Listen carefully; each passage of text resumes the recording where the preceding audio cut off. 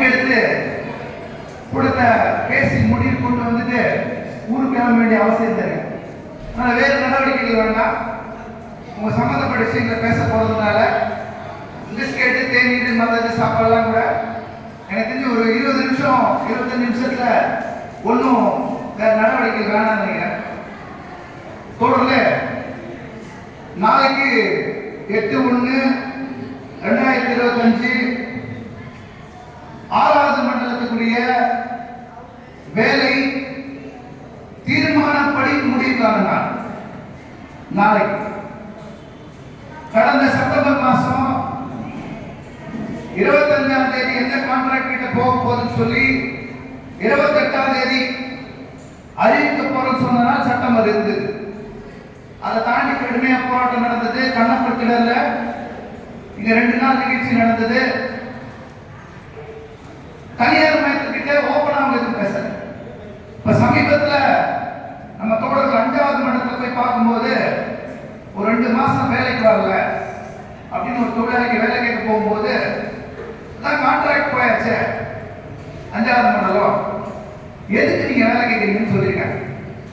நம்ம தரப்புல விசாரிச்சதுக்கும் கான்ட்ராக்ட் பிப்ரவரி மாசம் 5வது 6வது மண்டலத்துக்கு போறதுக்கு உண்டான நடவடிக்கையில முழு வீச்சா ஈடுபட்டு இருக்காங்க. வெளியில சொல்லாம இருக்காங்களே தவிர முடிக்க போறாங்க அப்படின்ற தகவல்கள் வந்திருக்கு. 8/1 நாளைக்கு முடிவுக்கு உண்டான நாளா வச்சுக்கிட்டு பிப்ரவரி மாசம் நம்ம ஏர் கட்டணும்ன்றது கார்பரேஷனுடைய முடிவு. இந்த பின்னணியில தான் இந்த மாநாடுன்றது இங்க நடக்குது. 6வது மண்டலத்துடைய மாநாடு நடக்குது. 3ஆம் தேதி 5ஆம் மண்டல மாநாடு நடந்துச்சு. திருப்பி வரக்கூடிய 9ஆம் தேதி 7வது மண்டலத்துல மாநாடு நடக்குது. இப்ப இந்த நேரத்தில் 6வது மண்டல தொழிலாளர்களுடைய தனியார் மையம் போகக்கூடாது. அதை எதிர்த்து நம்ம சங்கத்தில் வழக்கு போட்டிருக்கோம். இந்த வழக்கு அரசாங்கம் கோர்ட்டுக்கு அனுப்புற வரைக்கும் அவுட் சோர்சிங் தனியார் மயப்படுத்துவதற்கு உண்டான தடை இருக்க வேண்டும் என சொல்லி கடுமையான முயற்சிகளோடு இரவு பகலாக வேலை செய்து தோழர் எஸ்கே அப்படின்னா அவர் நேரத்தையும் இங்க கொடுத்து உட்காந்துருக்காரு. அவர் தான் எல்லாம். அவர் கடினப்பட்டு இரவு பகலா வேலை செஞ்சு வழக்கறிஞர் அலுவலகமே ஃபுல்லா வேலை செஞ்சு அந்த வழக்கு நாளைக்கு நீதிமன்றத்துக்கு வரும் என எதிர்பார்க்கப்படுகிறது. கேஸ் நம்பர் ஆயிடுச்சு. 8ஆம் தேதி முடிய போதுதான் இன்னும் கேஸ் நம்பர் ஆயிடுச்சு. நாளைக்கு இருக்கக்கூடிய முன்னணிகள் ஒரு 4-5 பேர் நீதிமன்றத்துக்கு சுரேஷ் அவர்களை தொடர்பு கொண்டு கேட்ட பிறகு வரலாம். உங்களை ஹைகோர்ட்டுக்குள்ள கால வச்சு வழக்கு பார்க்கறதுக்கும் 6வது மண்டலத்துக்கு ஒரு வாய்ப்பு இருக்கிறது. 5வது மண்டலத்துக்கு உண்டான வழக்கு பொங்கலுக்கு முன்பு அல்லது பொங்கலுக்கு பிறகு ஏன்னா 31ஆம் தேதி இருக்கிறது. அந்த வழக்கு உயர் நீதிமன்றத்தில் வருவதற்கு உண்டான விஷயம் என்னன்னா இந்த கடந்த தீர்மானத்தில் 6வது மண்டலத்தினுடைய ஒதுக்கப்பட்ட பணியிடங்களுடைய எண்ணிக்கை 1785. 607 நிரந்தர பணியாளர்கள். தற்போது வேலை பார்க்கக்கூடியவங்க 1178 பேர். 1178 பேர்ல எத்தனை பேர் அணி திரட்டுறோம், எத்தனை பேர் போராட வைக்கிறோம், எத்தனை பேருக்கு வழக்கு போட்டிருக்கோம், இதெல்லாம் சேர்த்து யோசிக்க வேண்டிய வேலை அவசியம் இருக்கு. நமக்கு கார்பரேஷன் துரோகம் பண்றதுனால தமிழ்நாடு அரசும் நம்மளை பணி நிரந்தரப்படுத்தாம வஞ்சிக்கிறதுனால சமூக நீதி சமத்துவம் கொடுக்காதனால நமக்குன்னு ஒரு வழக்கு ஏன் காணாம கிடைச்சது. அந்த வழக்கு என்னன்னா மோசடி பண்ணா என்ன சொல்லுவோம் நம்பர்ல 420/2025 என்ற வழக்கு எண் பதிவு. நீங்க எல்லாம் போய் ஆன்லைன்ல ரொம்ப சர்ச் பண்ணி நான் வந்துடும். ஒன்றும் பெரிய கஷ்டம் இல்லை. அதே மாதிரி வழக்கு நடவடிக்கை நீங்க நேரில் பார்க்க முடியும். இப்ப சென்னை உயர்நீதிமன்ற நடவடிக்கை எல்லாமே ஆனா அப்படி நடவடிக்கை வரும்போது வீடியோ வரும்போது நீங்க உங்க முகத்தை ஆன் பண்ணி வச்சுக்கிட்டாலோ நீங்க ஏதாவது பேசினாலோ அது நீதிமன்ற அவமதிப்பு குற்றத்துக்கு கீழே வந்துடும். மற்றபடிக்கு நீங்க பார்க்க முடிய வழக்கு நடவடிக்கை கடினமான முயற்சி எடுத்து 7வது மண்டலத்தை தக்க வச்சு அதற்கு பிறகு குறைந்தபட்ச சம்பள சட்டத்தின் கீழே சம்பளத்தை கொண்டு வந்து இன்னைக்கு சென்னை முழுக்க 8000 தொழிலாளி கிட்டத்தட்ட ஒரு வருஷம் கணக்கு பண்ணினா 90 கோடிக்கு மேல. எந்த கவுன்சிலரும் முயற்சி எடுக்கல, எந்த எம்எல்ஏ முயற்சி எடுக்கல, எந்த எம்பி முயற்சி எடுக்கல. உழைப்போர் உரிமை இயக்கம், இடது தொழிற்சங்க மையம், சங்கம், செங்கொடி சங்கம். நான் சொல்ற செங்கொடி சங்கம் இது சகப்புரிய சங்கம் தான். உங்க அர்த்தத்தை வேற அர்த்தம் இருக்கு. ஏடியூசி தொழிற்சங்கம் கடுமையா போராடி இந்த சம்பளத்தை கொண்டு வந்து பலத்தை இருக்காங்க. அவங்க முன்னிறுத்தது என்னோட பேர். ஆரம்பத்திலிருந்து தொழிலாளர்களோட பல்வேறு கூட்டங்கள் போட்டு உங்களுக்கு என்ன பிரச்சனை இருந்தாலும் உங்களோட பேசி வழிநடத்துறதுனால என் பேரை அவர்கள் முன்னிறுத்துகிறார்கள். அவ்வளவுதான். அதெல்லாம் தாண்டி பெரிய பின்புலமா ஒரு ரசிகர் சுரேஷ் இருக்காங்க, தினகர் இருக்காங்க, நிவேதா இருக்காங்க, கண்ணன் இருக்காங்க, பல பேருடைய உழைப்பு இருக்கு. நம்ம தோழர் ஜானகிராம தோழர் இருக்காரு, மோகன் தோழர் இருக்காரு, பல தோழர்கள் இருக்காங்க. நான் எல்லாருமே ஒரு பேரை முன்னிறுத்திட்டு பின்னாடி எல்லா பேரும் பின்னாடி வச்சுக்கேன். சங்கம் சங்கம் பொறுத்தவரைக்கும் யாரும் எதிர்பார்த்து நீங்க ஏதாவது செய்வீங்க, இப்படி பண்ணீங்க, அப்படி எது பண்ணீங்க, எதிர்பார்த்து சங்கம் செய்யாது. சங்கத்தினுடைய வேலை தொழிலாளிகள் எப்படியாவது எங்கெங்கெல்லாம் வாய்ப்பு இருக்கோ மேல கொண்டு வரணும். நீங்க ஆவடி மாநகராட்சியில, தாம்பரம் மாநகராட்சியில சம்பளம் 13,000 ரூபாய், 10,000 ரூபாய். எவ்வளவு சம்பளம்? எங்க இருக்கு? தாம்பரமும் ஆவடியும் பக்கத்து கரெக்டா. மதுரையில் இருக்க 538 ரூபாய். தமிழ்நாட்டிலே இன்னைக்கு 753 ரூபாய் பெற்றிருக்கக்கூடிய ஒரே ஒரு மாவட்டம் என்று சொன்னால் அது சென்னை மாநகராட்சியில் வேலை செய்யக்கூடிய எண்ணெய் தொழிலாளர்கள். அதில் முன்னணி பங்காற்றக்கூடிய உங்களுடைய உழைப்பின் காரணமாக, போராட்டத்தின் காரணமாக, சட்டத்து போராட்டத்தின் காரணமாக நடந்திருக்கிறது. குறிப்பாக பெண் தொழிலாளர்களுடைய நம்பிக்கை தான் இந்த சம்பளங்களை பெற்றுக் கொடுத்திருக்கிறாங்க. நம்ம சங்கத்தை பெரும்பான்மை இருக்கிறது, உறுப்பினர்களாக இருக்கிறது பெண் தொழிலாளர்கள். நான் போன கூட்டம் பேசும்போது கூட சொன்னேன். சாவித்ரிபாய் பூலே முதல் இந்தியாவுடைய பெண் ஆசிரியை. அவர்கள் 1848 ஒரு பள்ளிக்கூடம் ஆரம்பிக்கிறாங்க, பெண்கள் படிக்கணும்னு சொல்லி. அவங்க பள்ளிக்கூடத்துக்கு போறதுக்குள்ள குப்பையை தூக்கி வீசுகிறது, மரத்தை தூக்கி வீசுறது எல்லாம் பண்ணுவாங்க. திருப்பி பள்ளிக்கூடத்துக்கு போய் வேறு புடவை மாத்திப்பாங்க. பெண்கள் படிச்சு மேல வரணுன்றதுக்காக கடுமையான முயற்சி எடுக்கக்கூடிய நாள் தான் 5வது மண்டல மாநாடு நடத்துவோம். அம்பேத்கர் அவர்கள் ரொம்ப துரதிருஷ்டம் அனைத்து மக்களுக்கான தலைவர். அவர் கட்சி ஆரம்பிச்ச பேர் என்னன்னா சுதந்திர தொழிலாளர் கட்சி. என்ன கட்சி? தொழிலாளர் தான் கட்சி ஆரம்பிச்சார். அவர் முதல்ல பிரிட்டிஷ்காரர்கிட்ட சுதந்திரம் பெறுவதற்கு முன்னாடி தொழிலாளர் நலத்துறை அமைச்சர் வர, தொழிலாளர் துறைக்கு அமைச்சர் வர. அப்போ தொழிலாளர்கள் வேலை நேர குறைப்பு, தொழிலாளர்களுக்கு குறைக்கப்பட்ட சம்பள சட்டப்படி இருப்பது, மகப்பேறு விடுப்பு, தொழிலாளர்களுக்கான தொழிற்சங்க உரிமை, இந்த மசோதாக்கள் அவருடைய காலகட்டத்தில் 1942 46 முன்வைக்கிறார். அம்பேத்கர் அவர்கள் சட்ட அமைச்சராக மாற இந்து சட்ட மசோதா கொண்டு வர, பெண்களுக்கு மறுமண உரிமை இருக்கணும், விவாகரத்து உரிமை இருக்கணும், சொத்துல சரிசம பங்கு இருக்கணும், மகப்பேறு விடுப்பு இருக்கணும்னு மசோதா முன்வைக்கிறார். நேரு ஆரம்பத்தை ஆதரிக்கிறாரு. ஆனா மனு தர்மவாதிகள் இன்னைக்கு எப்படி நம்ம பணி தந்திரம் கிடைக்காம நினைக்கிறாங்களோ அவங்கள எதிர்ப்பு தெரிவிச்ச பிறகு வெறும் விவாகரத்து திருமணம் சம்பந்தப்பட்ட சட்டமா மாறுது. பாக்கி சொத்துரிமை எல்லாமே நிறுத்தப்படும். பதவியை தூக்கி எறிகிறார்.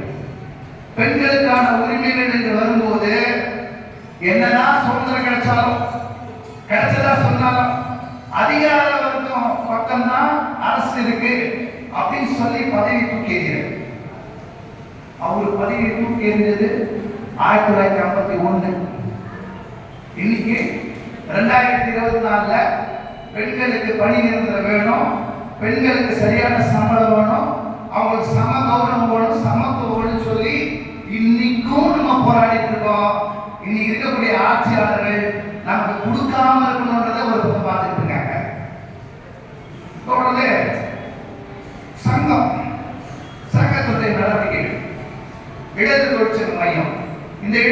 சேவை மையம் இடதுசாரி கருத்துக்களை முன்வாங்குகிறது.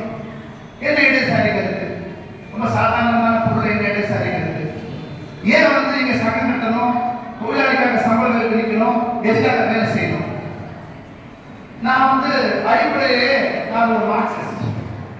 அம்பேத்கர் ஏற்றி பெரியார் ஏற்றி மதிக்கக்கூடிய ஒரு மார்க்சிஸ்ட். மார்க்சிஸ்ட் என்ன? உழைக்கிறவங்க இல்ல உலகம். உழைக்கிறவனுக்கு இந்த உலகத்துல சரிசமமான மரியாதை வரும், கௌரவமான வாழ்க்கை வரும். தொழிலாளர் தலைமையிலான ஆட்சி வரும், முதலாளிகள் தலைமையிலான ஆட்சி இல்ல. அம்பானி, அதானி, அல்பேசர், சுமித், அம்பானி, அதானி, அல்பேசர், சுமித், ராம்கி, ஸ்பெயின், ஆந்திரா இவர்கள் கம்பெனிகளுடைய ஆட்சி இல்ல. இந்த ஆந்திரா கம்பெனிக்கார ராம்கியோ அல்பேசர், சுமித்தினுடைய ஸ்பெயினோ ஓட்டு போடல. அவன் இங்க வேலை செய்யல. அவன் போய் குப்பை அழல. ஆனா அவன் நம்ம லாபம் சம்பாதிப்பதற்காக, அவனுங்க கொள்ளையடிப்பதற்காக நம்ம ஜனம் ஆண்டாண்டு காலமா சூரியனை சுமந்த ஜனம், உழைப்பை மட்டுமே செலுத்திய ஜனம், அந்த ஜனத்தை பணியாளர் கிடைக்காம பார்க்கணும்னு நினைக்கிறான். அவுட் சோர்ஸ் எடுத்து ஒப்படைச்சிட்டுதான் அரசனுடைய கொள்கை முடியுங்கிறான். அரசு என்ன செய்யும்?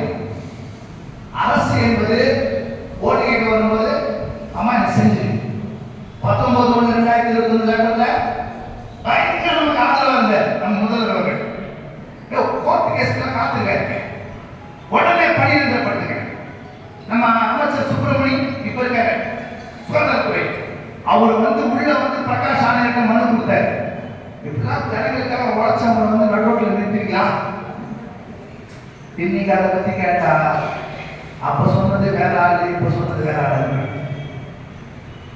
அப்படின்னா அவர்களுக்கு நம்மளை பத்தி கொஞ்சமும் அக்கறை இல்லை. எனக்கு தேவை தேர்தலில் ஓட்டு, நான் வாக்குறுதி கொடுப்பேன். 10 வருஷம் பணி செஞ்சா பண்ணிருந்தேன்னு சொல்லுவேன். தூய்மை பணியாளர் எண்ணெயில இருந்து வெளியேற்றலாம்னு சொல்லுவேன். ஆனா முடிஞ்சு 4 வருஷம் ஆச்சு. 4 வருஷம் ஆன பிறகு ஒத்த காலில் நின்றுக்கிட்டு நாங்க கான்ட்ராக்ட் அனுப்புவோம் ஒரு முயற்சி எடுப்பேன்னு சொன்னாங்கன்னா, இந்த அரசை கொண்டு வந்த நமக்கு, அரசுக்கு வாக்கு போட்ட நமக்கு, இந்த அரசு தவறாக இருந்தால், தவறு செய்தால் அதை எதிர்க்க வேண்டிய கடமை பொறுப்பும் நமக்கு இருக்கிறது. நமக்கு இருக்குதா இல்லையா? நம்ம ஏமாத்தான் சொல்லி நம்ம உட்கார்ந்துக்கலாமா? இவங்க யாரு? என்ன மன்னர்களா? இவங்க போகும் போதே நம்ம ஸ்டாலின் அவர்களுக்கும் மற்றவர்களுக்கும் இவங்க எல்லாம் எஜமானதா இருப்பாங்க, நம்ம அடிமையா இருக்கும் சொல்லி எழுதி வந்துருக்குமா? உனக்கு எம்எல்ஏக்கு எம்பிக்கு சம்பளம் கொடுத்தது நம்ம யாரு? நம்ம வரி பணம். குமரகுருபரன் இன்னைக்கு ஆணையம் இருக்காரு, வெறியோட நம்ம எப்படியா கான்ட்ராக்ட் அனுப்பணுங்க. அந்த ஐஏஎஸ்க்கு சம்பளம் கொடுத்தது நம்ம. இந்த சென்னையை சுத்தமா வச்சுக்கிறது நம்ம. இப்ப கூட சீனால புது வைரஸ் ஸ்டார்ட் ஆயிடுச்சு. குழந்தைகளுக்கெல்லாம் காய்ச்சல் வரும்போது ரொம்ப பாதுகாப்போட இருங்க, மாஸ்க் போட்டுக்கோங்க. கர்நாடக அரசு மாஸ்க் போடுன்னு அறிவிச்சிச்சு. இப்போ உடனே சென்னையிலிருந்து என்ன சொல்லிருக்காங்கன்னா, கவர்மெண்ட்ல இருந்து இது ஒன்றும் பெரிய பிரச்சனை இருக்காது, ஒன்றும் ப்ராப்ளம் இருக்காது, மருந்து சாப்பிட்டா போடு. முதல்ல கொரோனா வந்தாலும் நோய் வந்தாலும் யார் ஃபர்ஸ்ட் போய் நோயை காப்பாற்ற போகிறது? டாக்டர் ரெண்டாவது தான்.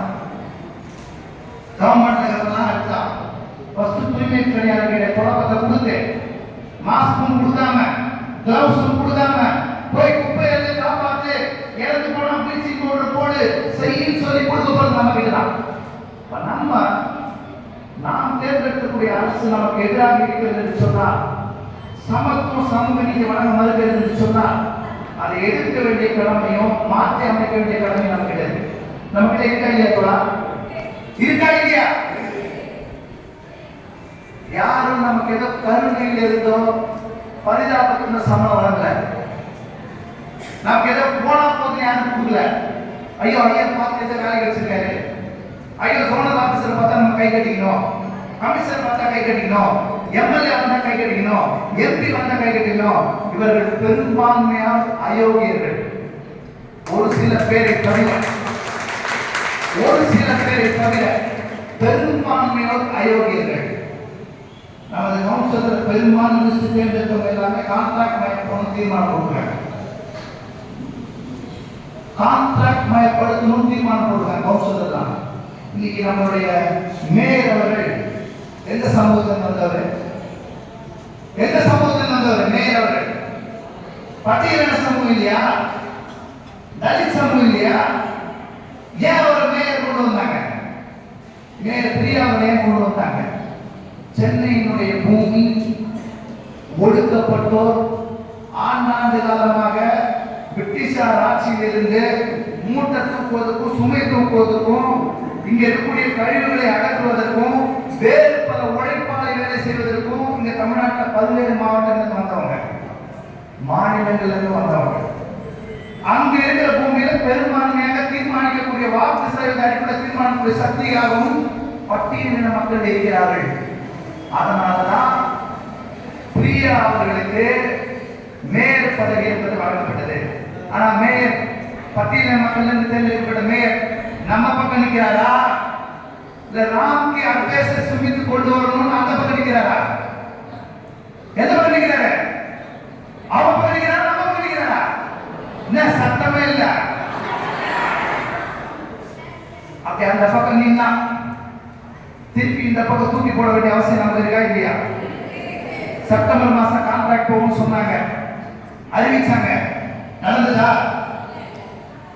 ஆனா ஒண்ணு, அவங்க தான் போலீஸ் இருக்கு, அவங்க தான் கோர்ட் இருக்கு, அவங்க தான் பணம் இருக்கு. நம்ம கிட்ட நம்ம உடல், நம்ம ரத்தம், நம்ம உழைப்பு, நம்ம சதை, மனிதனுடைய உயிர் ரொம்ப மகத்தானது. ஒரு விதத்துல எல்லாருமே சாவை நோக்கி தான் ஒரு நாள் பயணப்படுறோம். மனித மறைவை நோக்கி தான் எல்லாருமே பயணப்படுறோம். ஆனா அந்த மனிதனுடைய வாழ்க்கை என்பது சுய கௌரவம், உரிமை, சுய கௌரவம், உரிமைக்காக வாழும்போது அந்த மனிதனுடைய உயிர் என்பது மகத்தானதாக வாழும். நம்ம மற்ற சமூக மக்களுக்கு சேர்த்தா போராட்டம். இந்த தனியார் மயத்திலிருந்து விடுவிச்சுட்டோம்னா எல்லாருக்கும் தனியார் மயத்திலிருந்து விடுதலை பெறுவதற்குண்டான விஷயம் வரும். உதாரணத்துக்கு 7வது மண்டலம் கோர்ட்டுக்கு அனுப்பணும்னு நம்ம அரசாங்கத்தை கேட்டோம். அரசாங்கத்தில் அரசாணை போட்டிருக்காங்க. என்ன அரசாணை போட்டிருக்காங்கன்னா நம்ம கோர்ட்டுக்கு அனுப்பக்கூடாது, நீ தனியார் ப்ராக்டிஸ் ஆக்ட்ல போய் போட்டுக்கோ, சாரி கன்ஃபர்மெண்ட் ஆஃப் பர்மனன்ட் ஆக்ட்ல போய் போட்டுக்கோ. இப்போ அது மறுசீராய்வு கோர்ட்டில் போட்டிருக்காங்க. என்ன சொல்லியிருக்காங்கன்னா, இவங்களை கோர்ட்டுக்கு அனுப்பிச்சிட்டா கவர்மெண்ட்டுக்கு கோடான கோடி செலவாகும். என்ன ஆகும்? கோடான கோடி செலவாகும். தமிழ்நாடு இருக்கக்கூடிய தூய்மை பணியாளர்கள் நீதிமன்றத்தை வழக்கு போடுறதுக்கு வந்துருவாங்க. ஒரு அரசாங்கம் சொல்லுது, இதோட ஒரு அசிங்கம் கேவலம் என்ன இருக்க முடியும்? நம்ம கோர்ட்டுக்கு போயிட்டோம்னா தமிழ்நாடு முழுக்க வேலை செய்யக்கூடிய தூய்மை பணியாளர்கள் கோர்ட்டுக்கு வந்துருவாங்க. அரசாங்கத்துக்கு கோடான கோடி செலவாகும். நம்ம என்ன நீ சம்பாதிச்சு வச்சிருந்த சன் டிவி கலந்து டிவி பார்த்தேன்னு கேட்கிறோமா? பல்வேறு பொறியியல் கல்லூரிகள், மருத்துவக் கல்லூரிகள், பள்ளிக்கூடங்கள் தனியார் வச்சிருக்கீங்க, அதுல இருந்து கேட்கிறோமா? எங்கள் வரி பணத்திலிருந்து சொத்து வரி முதல் அத்தனை வரி கட்டக்கூடிய எங்கள் வரி பணத்திலிருந்து எங்களுக்கு படித்தவர்கள் என்பதை கேட்கிறோம். ஆனா நீங்க என்ன சொல்றீங்கன்னா, இவங்களெல்லாம் கோர்ட்டுக்கு அனுப்பிச்சுட்டா கோடான கோடி செலவாகும் சொல்றீங்க. என்ன அர்த்தம்னா, சமூகத்தில் ஒடுக்கப்பட்டவன், பெண்கள், அருந்ததியர்கள், ஆதி திராவிடர்கள், அனைத்து சாதி ஏழை பெண்கள், அனைத்து சாதி ஏழை ஆண்கள், உழைக்கும் வர்க்கம், இவர்கள் பணி நிரந்தரம் பெறக்கூடாது. நவீன தீண்டாம இன்னும் கிராமப்புறத்தில் 2 கிளாஸ் இருக்கு, 2 கிளாஸ் இருக்கு, ஊர் இருக்கு, காலனி இருக்கு, செருப்பு போடக்கூடாதுன்னு இருக்கு, பணத்தை சத்தா எடுத்துட்டு போகக்கூடாதுன்னு இருக்கு. பணி நிரந்தரம் என்பதை நாம் பெற்றுவிட்டோம் என்று சொன்னால் நம்ம அடுத்த தலைமுறை நம்மள நிறைய பேர் இந்த வேலைக்கு திரும்பி வந்திருப்போம். குப்பையாளர் வேலைக்கு நம்ம குடும்பம் மாறி மாறி வந்திருப்போம். இதுல இருந்து விடுதலை பெற்றவர்கள் வேற வேலைக்கு போனவங்க கொஞ்சம் கம்மியான எண்ணிக்கை இருக்கும், ரொம்ப கம்மியான எண்ணிக்கை இருக்கும். நான் என்ன நினைக்கிறேன்னா, நீ இந்த வேலையை செய்யணும். உனக்கு தோழர் ஒன்று சொன்னாங்கல்ல, அட்வைசர் ராம்கில 5:30 மணிக்கு இருந்து வேலைக்கு போகணும். 15,660 சம்பளம். நமக்கு இன்னைக்கு 26 நாள் வேலை செஞ்சா 19,000, 31 நாள் தான் 23,000. இந்த சம்பளம் பின்னாடி போகும். அப்ப என்ன நினைக்கிறாங்கன்னா, நீ கீழே இருக்கிறவங்க கீழே இருக்கு, நீ மேல போயிட, நீ உன்ன மாதிரி ஆளு நீ மேல போக கூடாது. நீ ஒடுக்கப்பட்ட சமூகத்திலிருந்து வரியா, மிகவும் பிற்படுத்தப்பட்ட சமூகத்திலிருந்து வரியா, பிற்படுத்தப்பட்ட சமூகத்திலிருந்து வரியா, நீங்க தப்பி தவறி சேர் மேல ஏறி பணிக்கிறதுன்னு கேட்டுக்குள்ள வராங்க. கார்பரேஷன் வெளியே இருக்குது. உனக்கு முதலாளி ராம்கி அர்பேசர் 10 ரூபாய், அவனோட குடும்பத்தை வாங்கிட்டு போ. இங்க கேள்வி கேட்கிறதோ பணியிட கேட்கிறதோ செய்யாத. நடுவுல வச்ச அரசு நமக்காக. ஆனா அந்த அரசு நம்மளை தனியார்மயப்படுத்திட்டு சமூகத்துக்கு சமத்துவம் கொடுக்காம வச்சுக்கணும்னு நினைக்குது. தோழல, இந்த சமூகம் நம்மளுது, நாடு நம்மளுது, ஊரு நம்மளுது. நம்ம உழைப்பு தான் இங்க. நம்ம உழைப்புலாம் எதுவுமே இருக்காது.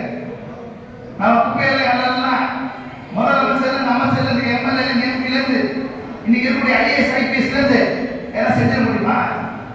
1 இல்ல 2 நாள் கண்ணப்பத்தில் உட்கார்ந்தோம். அப்புறம் கையெழுத்து வாங்க, அப்புறம் கையெழுத்து வாங்க. 2 நாள் கண்ணப்பத்தில் உட்கார்ந்தோம். சரியா? போலீஸ் வந்தாங்க, மிரட்டினாங்க, லைட் ஆஃப் பண்ணாங்க, வாக்குல தண்ணி வராமல் நிறுத்தினாங்க, எல்லாம் செஞ்சு பார்த்தாங்க இல்லையா? ஆனா நம்ம சொன்னோம், ஒன்னே ஒண்ணுதான், கண்ணே கண்டுதான். முதலமைச்சர் ஏர்போர்ட்டுக்கு வர வெளிநாட்டு போயிட்டு நாங்க அவரை போய் மரியாதை ரிசீவ் பண்ணதுன்னு சொன்னோம். முதலமைச்சர் ஏர்போர்ட்ல வந்து இறங்கும் போது மரியாதையா புயல் பணியாளர் சார்பில் ரிசீவ் பண்ணதுன்னு சொன்னோம். வேற வழி இல்லாம குமரகுருவர் அவர்கள் பின்னாடி கால வச்சார்.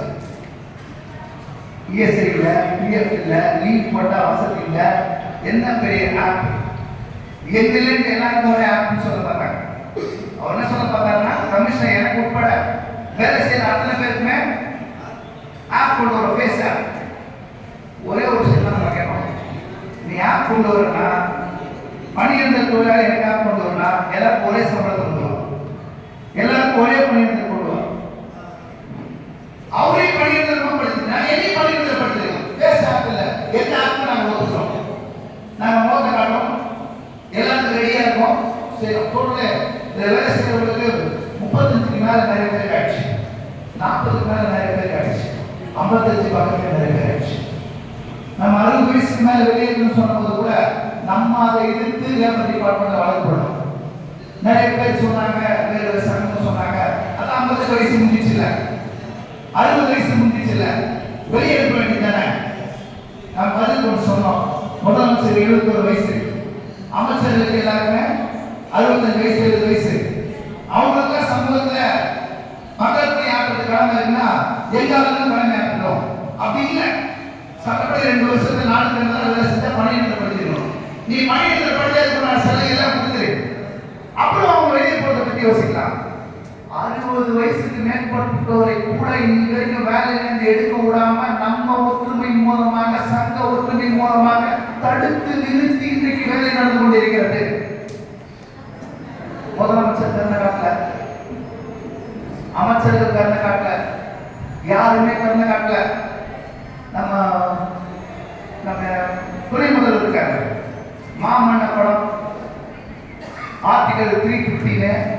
இந்த படத்தெல்லாம் பார்த்தா தலித் மக்களுக்காக, ஒடுக்கப்பட்ட மக்களுக்காக அவர் ரொம்ப படத்துல ரொம்ப பார்த்து நடிச்சிருப்பார். உங்களுக்கு தெரிஞ்சுக்கும், மாமன்ன படத்தை நம்ம வடிவேல் அவர்கள் வந்து அவங்க அப்பா ஒடுக்கப்பட்ட சமூகம் சரிசம உட்காரப்பாடுமா அடிச்சு அவங்க அப்பா உட்காருப்பார். நடைமுறையில துணை முதல்வர் என்ன பண்றாரு? இவ்வளவு பேர் சேர் கிடைக்காம, பணியிட சேர் கிடைக்காம உட்கார்ந்து நிக்கிறாங்க. இவ்வளோ 8000 எண்ணிக்கையிலும் தொழிலாளர்கள், பெரும்பான்மை பெண்கள், அதுவும் தனியாக குடும்பத்தை வழிநடத்தக்கூடிய பெண்கள், உழைக்கும் தொழிலாளர்கள் இன்னைக்கு பணியிடம் என்ற சேர் கிடைக்காம, நாற்காலி கிடைக்காம இருக்காங்க. உங்களால சினிமால நடிச்சு சம்பாதிக்க முடியுன்ற முடிவுக்காக மட்டும் நீங்க இருந்தீங்கன்னா உங்க எண்ணத்தை மாற்றிக்கொள்ளுங்கள். நாங்கள் உட்கார்ந்தவர்களாக நாங்களே மாறி இந்த சேர் உட்காருவோம். யாருடைய கருணை, யாருடைய நம்ம மேல பரிதாபம் நமக்கு தேவையில்லை. அண்ணா வந்தா செஞ்சுவாரு, ஐயா வந்தா முடிச்சுவாரு. நம்ம வேலையை நம்ம தீர்மானிப்போம், நம்ம வேலையை நம்ம செய்வோம். உழைப்பவர்கள் செய்யணும்.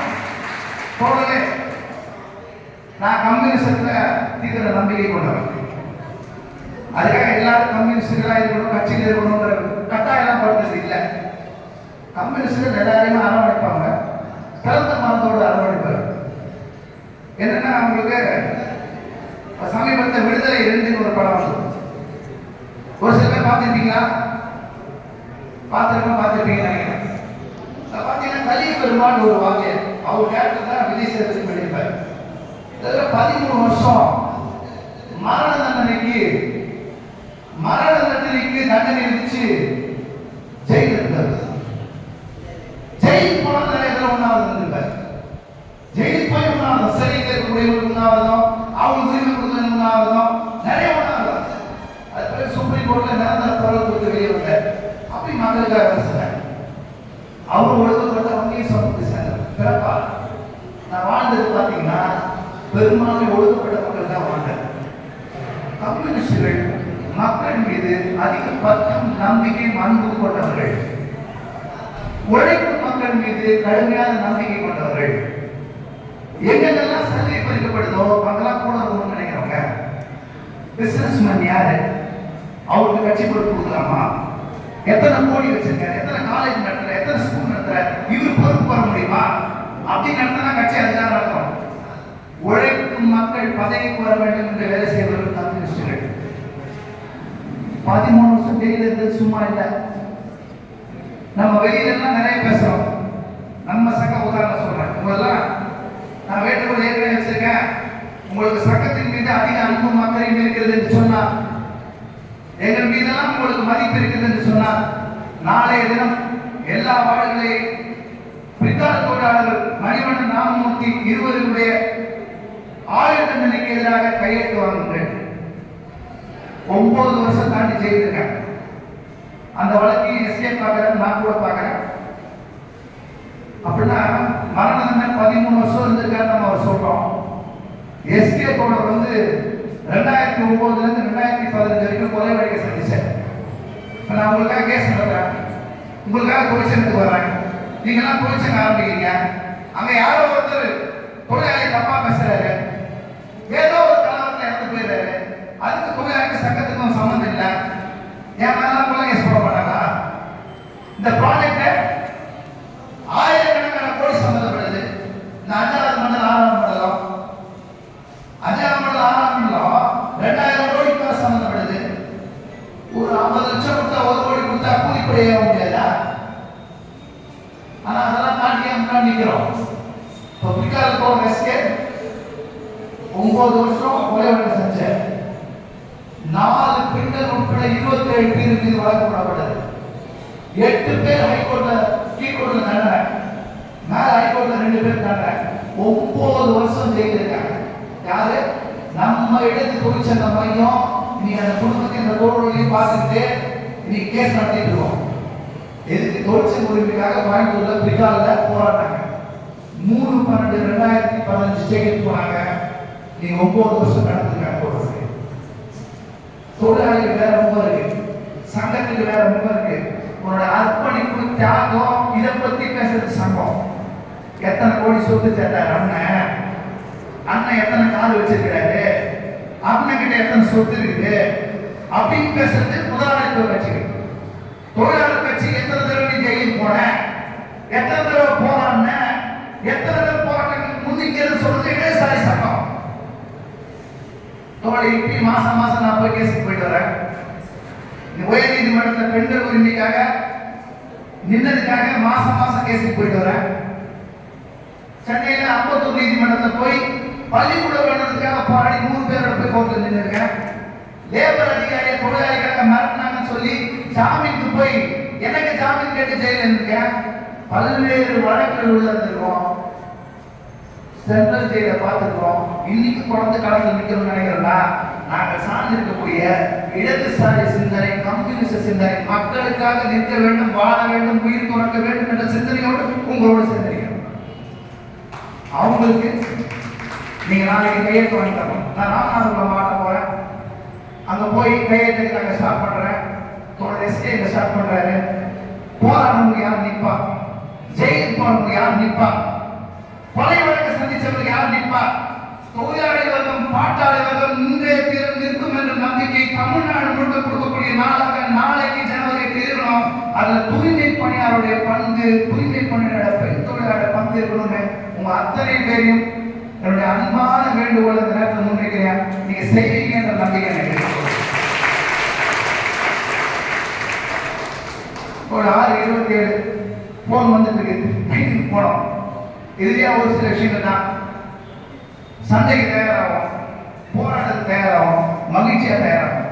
இந்த நாடு நம்மது, பூமி நம்மது, சென்னை சென்னை டிஸ்ட்ரிக்ட் நம்மது, உழைக்கும் ஜனங்களுக்கு இந்த மீண்டும் ஒருவரை நிரூபிப்போம். ஒரு சாட்சி இருக்கு, உங்களுக்கு ஒரே ஒரு சாட்சி இருக்கு. எங்களை பகச்சுக்கிட்டீங்கன்னா உங்க ஆட்சிக்கு உண்டான முடிவுக்குண்டான கட்டுரைய தோக்கக்கூடிய இருந்த சென்னையுடைய எண்ணியெல்லாம் தூய்மை பணியாளர்கள் துவங்கி வைப்பார்கள். அடுத்து உங்க மகன் முதல்வராகணுமா, நீங்க முதல்வராகணுமா, நீங்க கனவு எடுத்திருந்தீங்கன்னா எங்களை தூக்கி அபேச சுமித்து கான்ட்ராக்ட ஸ்பெயினிக்கிட்டே ஆதராகிட்டே ஒப்படைப்பீங்க நினைச்சீங்கன்னா உங்க கனவுல மண்ணு விழும். ஒரு போதும் நாங்க எடுக்க மாட்டோம். நாளைக்கு வழக்கு போராட்டம் தோழர் எஸ்கே பிரமாதமா பண்ணுவாரு. என்னைய பொறுத்தவரை தமிழ்நாட்டில் இந்தியாவிலே தொழிலாளர்களுக்கான வழக்கு நடத்தக்கூடிய மிகச்சிறந்த ஆளுமை கொண்ட வழக்கு ஒரு வழக்கு. தனிநபர்களுடைய உழைப்பு எல்லாமே சங்கத்துக்கு அமைப்புக்கானதா இருக்கும். தனிநபர்கள் பெரிய ஆட்கள் கிடையாது, தனிநபர்கள் ஹீரோக்கள் கிடையாது. அமைப்பு சங்கம் தான் பெருசு. உங்க சங்கத்தை, உங்க அமைப்பை நீங்க சொல்லக்கூடிய விஷயங்களை ஏற்றுக்கொள்ள போறதுக்கு தயாராக. அடுத்து 7வது மாநாடு 9ஆம் தேதி இருக்கு. நீங்க எல்லாம் கலந்துட்டீங்க, முன்னணியில் வந்து கலந்துக்கோங்க. கூடிய விரைவில் அடுத்த கட்ட போராட்டத்துக்கான அழைப்பு இருக்கும். நாமே பெறுவோம், போராடும், இயங்கும். வந்து கலந்து கொண்ட உங்கள் அத்தனை பேருக்கும் என்னுடைய அன்பான